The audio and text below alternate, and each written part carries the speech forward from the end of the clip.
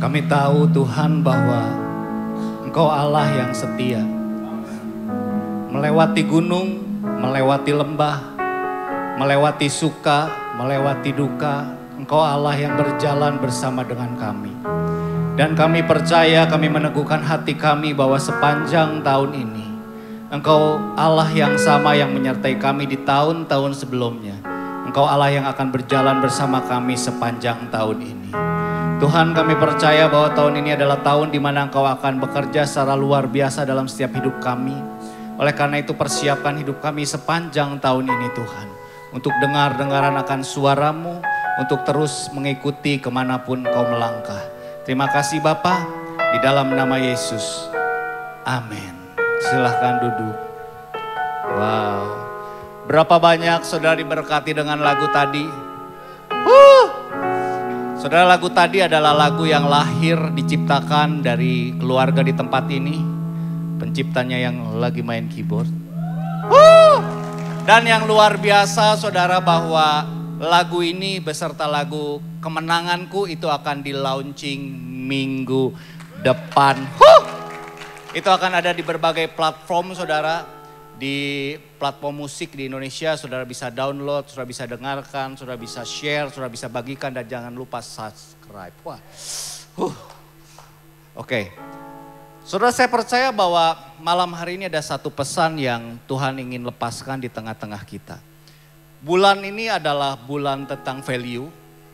Dan satu value yang Tuhan taruh kuat di hati saya yang ada di rumah ini yang ingin saya bagikan kepada saudara. Malam hari ini adalah value tentang home, rumah. Saya baru sadar waktu tadi menyembah bahwa saudara pernah menyadari gak sih bahwa hampir kurang lebih 3, 4 sampai 5, 6 tahun ini. Perkataan home atau value home itu sedang masuk ke gereja. Makanya saudara kalau datang ke gereja hampir di banyak gereja berubah jadi apa? Welcome home. Bahkan ada beberapa gereja yang berubah jadi namanya home apa. Dulu 10-15 tahun lalu enggak ada tuh gereja yang namanya home. Gerejanya serem-serem saudara. Gereja apostolik merubah kota. Oh benar kan saudara? Gak tahu ya zaman saudara ingat. Zaman saya gereja profetik menjungkir balikan neraka misalnya saudara. Namanya yang begitu-begitu saudara. Tapi hari-hari ini semua tuh kembali apa? Home. Nilai home dipajang saudara gede-gede di gereja. Bahkan gereja anak muda, slogan anak muda selalu berkata semuanya welcome home. Come back to home, semuanya berbicara tentang rumah. Saya gak menyadari kenapa hari-hari ini pesan rumah itu kembali ke gereja. Sampai akhirnya saya mengerti saudara tadi, wow. Ini memang isi hati Tuhan. Dan biarlah hari ini saudara saya tidak akan membahas nilai home, value home dari honesty, opportunity, mistake anormal ataupun end of the journey. Saudara bisa dapatkan semua itu, saudara dengarkan di YouTube kita. Tapi hari ini saya ingin berbagi kepada saudara satu nilai yang dari sudut pandang yang berbeda. Saudara, tahun 2023 saya percaya itu menurut kalender Yahudi itu adalah tahun Pei Gimel. Nah, saya tidak akan jelaskan ini, tapi saudara bisa dengar di YouTube yang apa pernah saya khotbahkan. Dan salah satu makna dari tahun Pei Gimel itu adalah tahun menabur benih kembali. Saya percaya saudara tahun ini adalah tahun di mana kita belajar kembali memberi. Pesan ini sangat kuat terus saudara, geregel itu apa ya, terus kayak bergejolak di hati saya tahun ini. Tuhan push saya untuk apa? Doni tabur. Doni tabur saudara, padahal saudara tahu semua di tahun 2023 ini semua berkata tahun ini tahun yang sulit. Tahun ini tahun yang suram. Tahun ini tahun yang gak jelas, tahun yang gelap. Tapi kok harusnya di tahun yang gelap ini harusnya kita ikat pinggang saudara. Saya berkata menabur bukan berarti kita harus boros, enggak. Bukan esensinya itu. Tapi kita harus belajar saudara memberikan apa yang Tuhan memang mau kita tabur. Amin saudara. Bukan hidup boros, bukan gaya hidup kita yang ditinggikan, enggak. Tapi kita menabur karena saya tahu hanya orang yang menabur akan menuai. Dan saudara saya teringat satu cerita malam hari ini tentang satu orang namanya Ishak. Cerita yang sangat terkenal yang sering dibagikan di gereja. Bagaimana Ishak menabur di musim kelaparan. Dan Ishak menuai 100 kali lipat. Saudara tahu ceritanya semua? Dan hari ini saudara mari buka Kejadian 28. Kalau saudara punya handphone, saudara bisa buka karena saya tidak akan beranjak dari ayat ini, saudara, dari pasal ini. Kita akan coba sama-sama saudara mengikuti apa yang Tuhan mau sampaikan. Ayat yang pertama dikatakan begini. Maka timbullah kelaparan di negeri itu. Ini bukan kelaparan yang pertama yang telah terjadi zaman Abraham. Jadi saudara di ayatnya dikatakan gini. Maka timbullah kelaparan. Timbullah resesi. Timbullah masa sulit. Dan firman Tuhan katakan itu bukan kelaparan yang pertama. Jadi dengar jemaat Tuhan. Dari zaman baheula, dari zaman dulu resesi udah ada. Resesi bukan baru terjadi sekarang. Zaman dulu pun sudah ada resesi. Oleh karena itu coba bilang kiri kanan. Bro, tenang, resesi udah ada dari zaman baheula. Dari zaman dulu emang udah ada resesi. Tapi dengar, Allah kita Allah yang melampaui resesi. Oleh karena itu kita akan melihat ketika terjadi resesi, apa yang Ishak lakukan. Kita lihat saudara. Ayat tadi dikatakan sebab itu Ishak pergi ke Gerar kepada Abimelek, raja orang Filistin. Jadi ketika terjadi resesi saudara, Ishak itu pergi ke Gerar kepada Abimelek. Nanti saudara baca pasal-pasal sebelumnya, saya tidak akan bukakan, saudara akan mendapati gini. Yang pernah ketemu atau ke Gerar itu bukan cuma Ishak. Jadi sebelum Ishak lahir pasal ke-20, saudara akan lihat begini. Abraham juga pernah waktu masa sulit dia pergi ke Gerar dan bertemu dengan Abimelek. Ngomong-ngomong Abimelek itu bukan nama raja, Abimelek itu nama gelar raja seperti panglima. Panglima itu bukan nama orang saudara. Nah, jadi saudara Ishak itu kenapa pergi ke Gerar? Karena kalau saudara juga baca saudara pasal-pasal sebelumnya setelah Ishak lahir pasal ke-20 saudara akan mendapati begini. Abraham dan Abimelek itu pernah mengikat janji saudara. Karena dilihat begini, Abraham makin banyak, makin kaya, Abimelek tuh bilang, dia datangin Abraham. Padahal sebelumnya Abraham udah pernah diusir sama Abimelek karena kekayaannya makin besar. Abimelek bilang gini, wah lu udah makin kaya, gue bisa ketilep sama lu nih. Kekayaan gue bisa kalah sama kamu. Oleh karena itu pergi, Abraham pergi. Tapi karena dilihat meskipun sudah pergi, Abraham tetap saudara diberkati Tuhan. Abimelek datang lagi.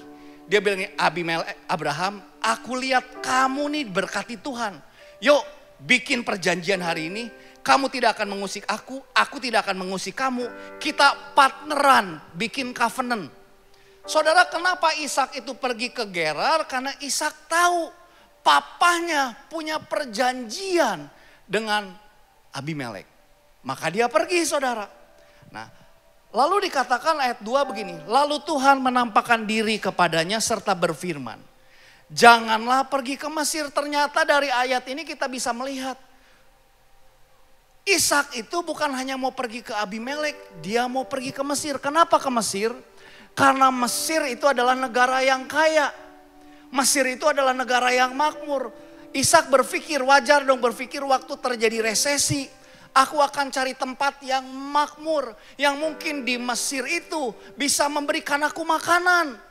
Di Mesir itu di negara yang kaya bisa mungkin memberikan jawaban atas permasalahanku. Bukankah itu yang sering kita lakukan waktu kita sedang resesi.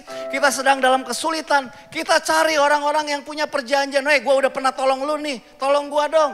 Kita cari orang yang wah ini orangnya berduit nih, orangnya berpangkat, orangnya wah punya posisi. Mungkin dia bisa menolong kita, tapi yang luar biasa saudara. Tuhan bilang ayat yang ketiga begini. Jangan pergi ke Mesir. Diamlah di negeri yang kukatakan kepadamu. Saudara perhatikan ayat 3. Tuhan ngomong ini perhatikannya pelan-pelan. Tinggallah di negeri ini sebagai orang asing. Sorry garis bawahi, sebagai orang asing.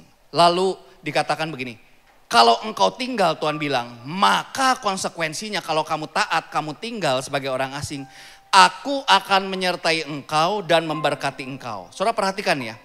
Sebab kepadamulah dan keturunanmulah akan kuberikan seluruh negeri itu. Itu negerinya si Ishak bukan?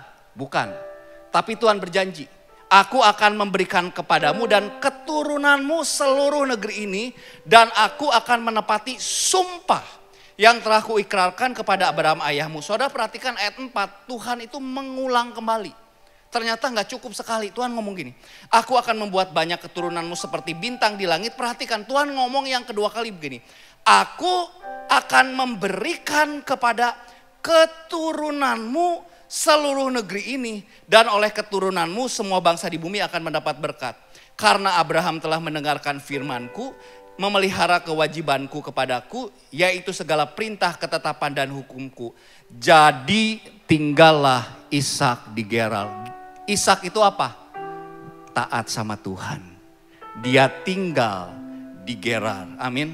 Nah, soal ini yang menarik, kita lihat. Waktu Ishak tinggal di Gerar, ayat 7 kita baca nih.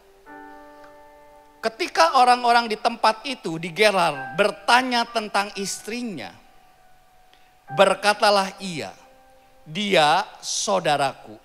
Sebab ia takut mengatakannya ia istriku, karena pikirnya jangan-jangan aku dibunuh oleh penduduk tempat ini karena Ribka sebab elok parasnya. Saudara tahu gak kejadian ini? Itu adalah kejadian yang dulu pernah Abraham lakukan. Saudara baca ayat-ayat sebelumnya. Abraham tuh juga saudara pernah datang ke Gerar. Lalu si raja tuh bilang gini, itu siapa Sarai? Dia bilang gini, itu saudaraku. Lalu saudara si Raja Abimelek. Nah saya gak tahu kebenarannya, tapi ada beberapa literatur yang mengatakan bahwa pada waktu zaman Abraham, Raja Abimelek itu berbeda dengan Raja Abimelek yang ini. Beda generasi gitu saudara, gak tahu anaknya, gak tahu apanya. Lalu gini saudara, si Raja Abimelek kan nanya nih, Abraham, itu siapa Sarai? Dia saudaraku. Nanti saudara baca ya. Lalu diambil jadi istri.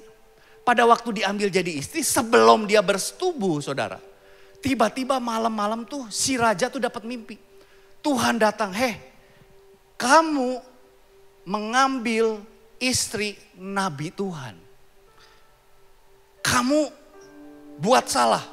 Lalu si Raja Abimelek bilang gini, aku nih kan gak salah, kan orang itu yang bilang bahwa ini bukan istri saudaraku, aku mengambil Sarai jadi istri itu aku tuh tulus. Lalu Tuhan di mimpi itu bilang, memang betul kamu tulus. Oleh karena itu aku tidak mengizinkan kamu melakukan dosa itu. Balikin saudara. Dan saudara terjadi waktu ngambil itu ada kutuk, yaitu semua perempuan penduduk di kota itu saudara. Itu jadi mandul. Waktu dibalikin dia bilang gini, Abraham kamu nih ngapain kok bohong? Ini istrimu. Abraham ngomong persis seperti Ishak. Karena aku takut dibunuh. Lalu setelah dibalikin saudara tahu si Raja Abimelek begini. Nih aku berikan kepadamu kambing domba dan 1000 uang sebagai tanda bahwa aku tidak pernah meniduri istrimu dan engkau masih suci. Lalu saudara Tuhan tuh bilang minta didoakan sama Abraham, didoakan Raja Abimelek. Sejak didoakan itu seluruh penduduk yang tadinya mandul menjadi sembuh. Dan saudara pada waktu cerita ini saudara tahu gak? Ishak itu persis melakukan apa yang papanya lakukan. Saudara dengar ini pesan. Saya bukan mau khotbah ini tapi ini pesan. Saudara dengar apa yang kita lakukan oleh orang tua. Warisan rohani itu selalu turun ke anak. Betul. Nah tapi saya gak akan bahas itu, kita lihat lagi. Lanjut saudara, lanjut nih.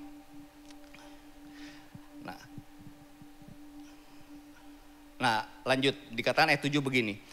Dia saudaraku sebab ia takut mengatakan ia istriku karena pikirnya jangan-jangan aku dibunuh oleh penduduk tempat itu karena Ribka sebab elok parasnya. Cantik saudara. Ayat 8, setelah beberapa lama ia ada di sana. Pada satu kali menjenguklah Raja Abimelek, raja orang Filistin itu dari jendela. Maka dilihatnya lah Ishak sedang bercumbu-cumbu dengan Ribka, istrinya, bukan main catur ya saudara. Ayat 9, lalu Abimelek memanggil Ishak dan berkata, sesungguhnya dia istrimu. Masa engkau berkata dia saudaraku? Jawab Ishak kepadanya, karena pikirku jangan-jangan aku mati karena dia. Tetapi Abimelek berkata, apakah juga yang telah kau perbuat terhadap kami? Mudah sekali terjadi salah seorang dari bangsa ini tidur denganmu, dengan istrimu, sehingga dengan demikian engkau mendatangkan kesalahan atas kami. Saya percaya Raja Abimelek ini pernah dengar. Dulu pernah ada kejadian di mana bapaknya sendiri, saudara, kejadian seperti ini di mana ada satu kutuk datang ke atas satu bangsa karena salah mengambil istri orang yang diurapi Tuhan. Makanya saudara, raja berani bilang gini, kamu nih gak boleh begitu. Lalu ayat 11 dikatakan begini, ini yang penting saudara. Lalu Abimelek memberikan perintah kepada seluruh bangsa itu. Siapa yang mengganggu orang ini atau istrinya, pastilah ia dihukum mati. Nah saudara perhatikan, setelah kejadian itu, maka terjadi ayat yang ke-12. Dikatakan begini. Maka menaburlah Ishak di tanah itu. Dan dalam tahun itu juga ia mendapat hasil 100 kali lipat sebab ia diberkati Tuhan. Dan orang itu menjadi kaya, bahkan kian lama kian kaya sehingga ia menjadi sangat kaya. Bukankah ini ayat yang paling kita sukai? Ini ayat yang selalu saudara pakai kalau saudara angkat persembahan kita. Di tengah kekeringan, aku akan menabur seperti Ishak. Dan aku akan menuai 100 kali lipat. Saudara tahu enggak? Menuai 100 kali lipat itu di zaman itu sesuatu hal yang mustahil, enggak mungkin. Saya ngerti waktu istri saya mulai suka tanaman. Benih itu saudara, kalau saudara nabur 100, itu gak mungkin 100-nya tuh jadi saudara. Bahkan menurut beberapa literatur, sampai zamannya Yesus, orang Israel menabur itu hasilnya gak mungkin 100 kali lipat, gak mungkin. Makanya ada kata-kata saudara, menabur itu menuai 100 kali lipat sebab ia diberkati Tuhan.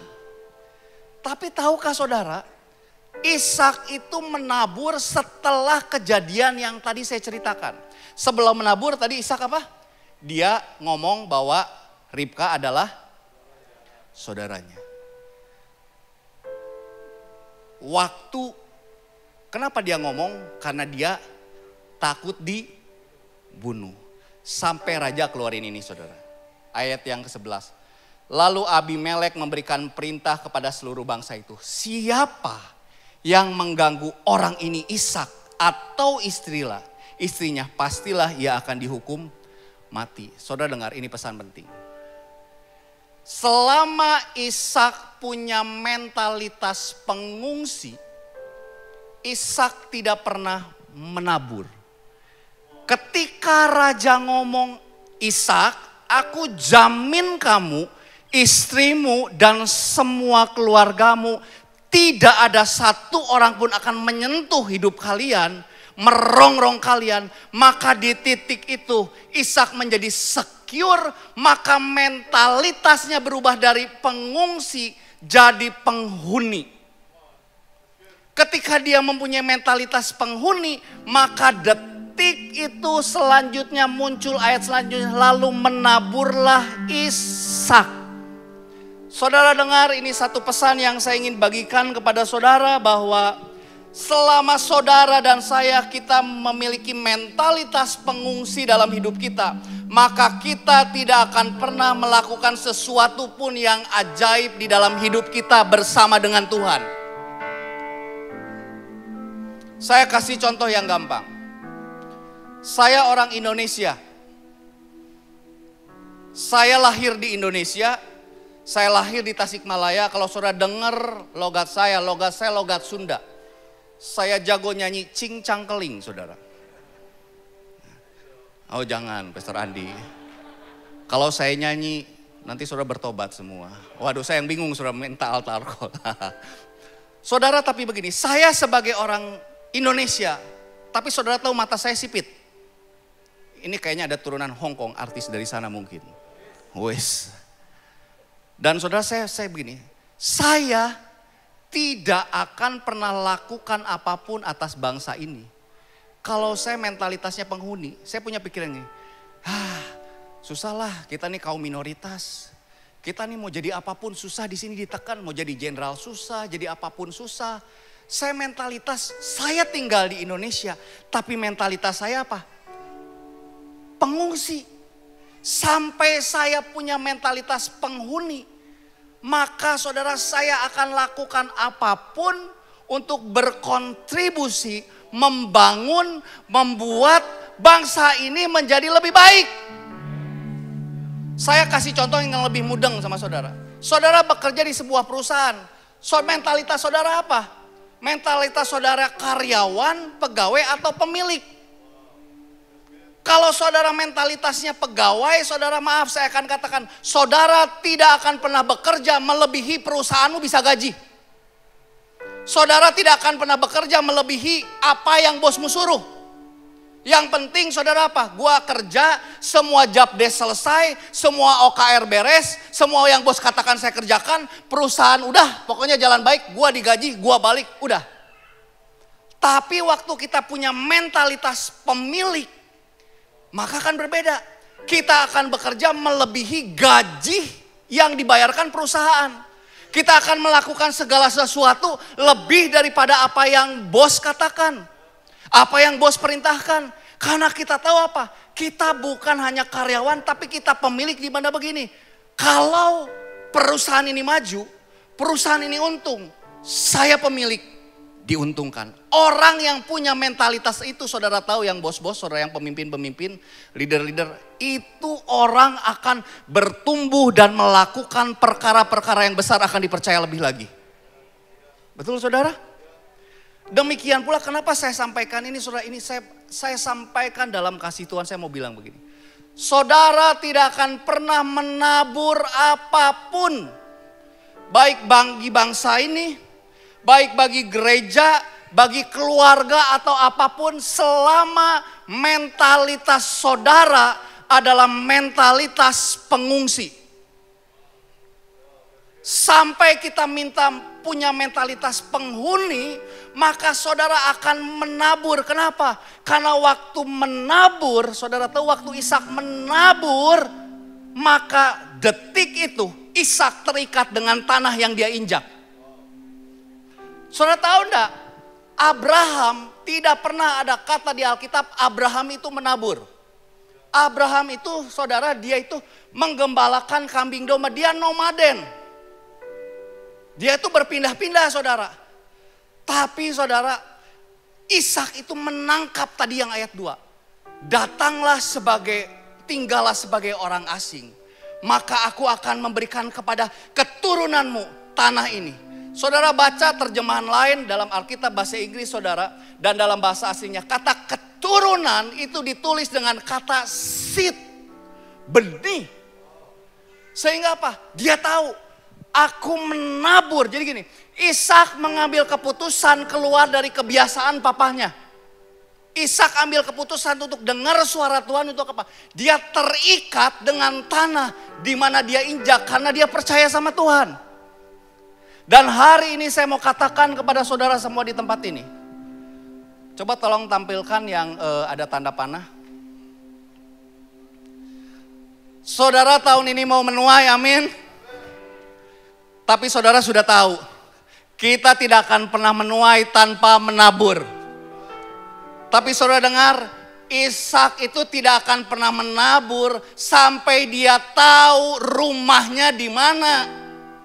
Artinya apa? Sampai saudara tahu rumahmu di mana, tanah yang kau injak itu milikmu atau engkau cuma hanya sekedar pengungsi. Sampai engkau saudara tahu rumahmu, maka engkau akan menabur dan engkau akan menuai. Tapi saudara tidak akan pernah punya mentalitas tahu rumahmu sampai mentalitasmu berubah. Dari pengunjung menjadi penghuni. Dari turis atau pelancong jadi warga negara. Dan hari ini saya mau katakan gini, di mana rumahmu? Saudara, banyak orang Kristen punya gereja, punya tempat ibadah. Tapi tidak banyak orang Kristen punya rumah rohani. Makanya saya baru mudeng tadi, kenapa Tuhan itu membawa pesan home itu begitu kuat ke gerejanya ini. Waktu kamu punya pesan rumah, maka kamu akan berani tabur saudara. Amin. Oleh karena itu saudara begini, di manakah hari-hari ini rumahmu? Hari-hari ini banyak orang Kristen memiliki gereja, tapi dia tidak memiliki rumah di mana dia berani tanam hidupnya untuk bisa berakar, untuk bisa bertumbuh, dan untuk bisa berbuah. Dan hari ini saudara dengan kasih Tuhan, Tuhan tuh ngomong saudara waktu kemarin, bahkan tadi pagi saya doa, Tuhan tuh ngomong gini. Beranikah, dia tantang saya, beranikah kamu berdiri hari ini, tantang untuk generasi ini untuk kembali ke rumah. Saya tahu hari ini banyak generasi ini gak mau terikat dengan gereja. Gak mau punya rumah karena gini, pastor gak tahu sih pastor. Aku nih dulu dimuridkan, tapi pastor tahu gak, kakak pemurid aku itu melecehkan aku. Pastor tahu gak, aku tuh dulu punya rumah di gereja, tapi pastor gak tahu satu gereja waktu itu mau mempermalukan saya. Dulu tuh saya tuh punya bapak rohani, tapi pastor tahu gak, gembala hamba Tuhan itu justru malah yang nusuk saya. Saudara dengar, betul kita gereja banyak melakukan kesalahan. Saya pun yang berada di tempat ini saudara banyak melakukan kebodohan saudara. Seringkali saya menertawakan diri saya sendiri, kok bisa ya Tuhan tuh mau-maunya pilih orang dablek geblek kayak begini saudara. Bisa berdiri kayak begini. Tapi dengar saudara, hari ini saya berdiri di tempat ini, saya tahu saya tidak bisa mewakili gereja yang menyakiti saudara. Saya tahu saya tidak bisa mewakili hamba Tuhan yang mungkin saudara sudah hidupnya saudara menghancurkan engkau. Tapi Tuhan itu taruh di hati saya, Don, sore nanti kamu berdiri di tiap ibadah. Untuk apa? Minta maaf sama mereka. Hari ini saya mau katakan saudara, saya minta maaf mewakili gereja yang mungkin pernah make you saudara. Saya minta maaf mewakili hamba Tuhan yang mungkin pernah melukai hatimu, mempermalukan engkau saudara, menusuk engkau. Engkau sudah serahkan hidupmu tapi engkau justru malah dibully. Hari ini saya mau katakan saudara, saya memberanikan diri ada pesta tadi mewakili gereja dan hamba Tuhan saya apa? Saya minta maaf, ampuni kami.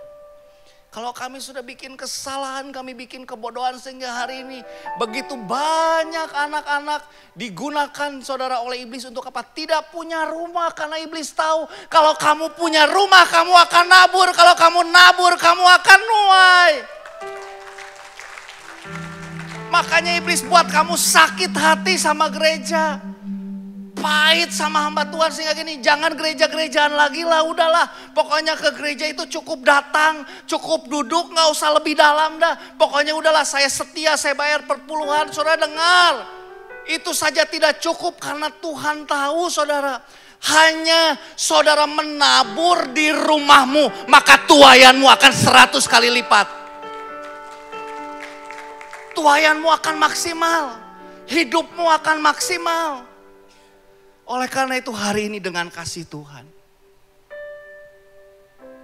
saya mengundang saudara untuk kembali ke rumah ini. Saya berani jamin bahwa rumah ini gak sempurna. Saudara siapa yang punya keluarga angkat tangan? Semua angkat tangan, saya yakin punya keluarga ya meskipun mungkin ada yang nyebelihin. Saya mau tanya jujur jangan ada dusta di antara kita. Siapa di antara saudara yang keluarganya sempurna boleh angkat tangan. Gak ada ya? Gak ada yang berani. Kalau ada yang angkat tangan hari ini keluargamu sempurna, maka dengan adanya kita itu jadi gak sempurna saudara. Oh betul. Kalau keluarga aja gak sempurna, saudara terlalu naif kalau saudara mengharapkan gereja sempurna. Siapa yang punya papa sempurna? Saudara berapa kali dalam hidup saya merasa gagal jadi seorang bapak. Tapi toh saudara sampai hari ini saya tetap ada bersama dengan istri anak-anak. Kenapa? Dari kegagalan itu kita bertumbuh. Amin. Dari kejelekan kita saudara, saya nggak tahu ya Pak. Pastor saudara di depan, Dan ini yang beri depan, kami gak sempurna. Terlalu banyak kekurangan. Terlalu banyak kebodohan yang saya juga buat, saudara. Tapi saudara tahu kenapa sampai hari ini kami tetap berdiri di tempat ini?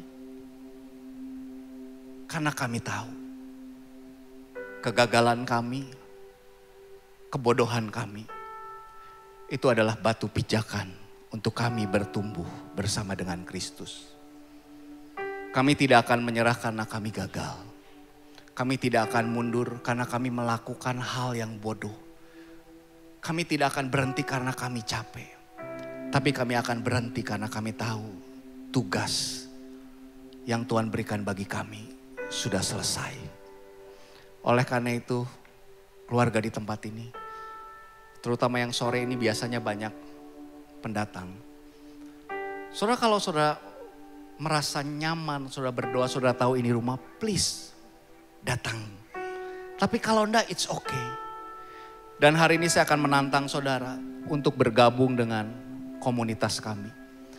Tolong bisa ditampilkan, saudara, di depan ada QR code. Saudara bisa bisa scan. Karena ketika masuk QR code itu saudara bisa scroll ke bawah, maka di bawah itu saudara bisa berdaftar, saudara, untuk ke Cool.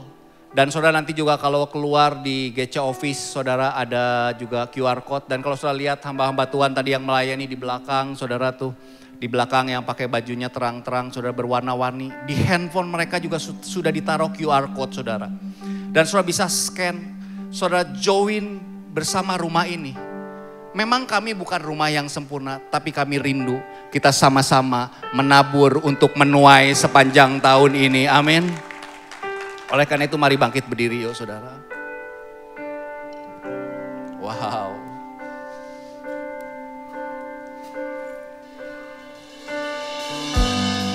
Kita doa yuk. Saudara yang mungkin selama ini engkau pernah sakit di rumah yang lama, saudara tundukkan kepala.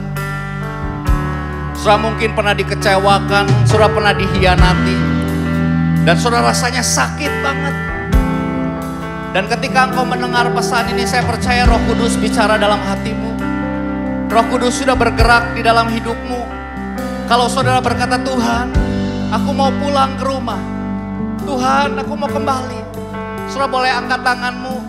Wow, yes. Wow, ada 1, 2, 3, 4, 5, 6. Wah, saudara 7, 8, 9, 10, 11, saudara 12.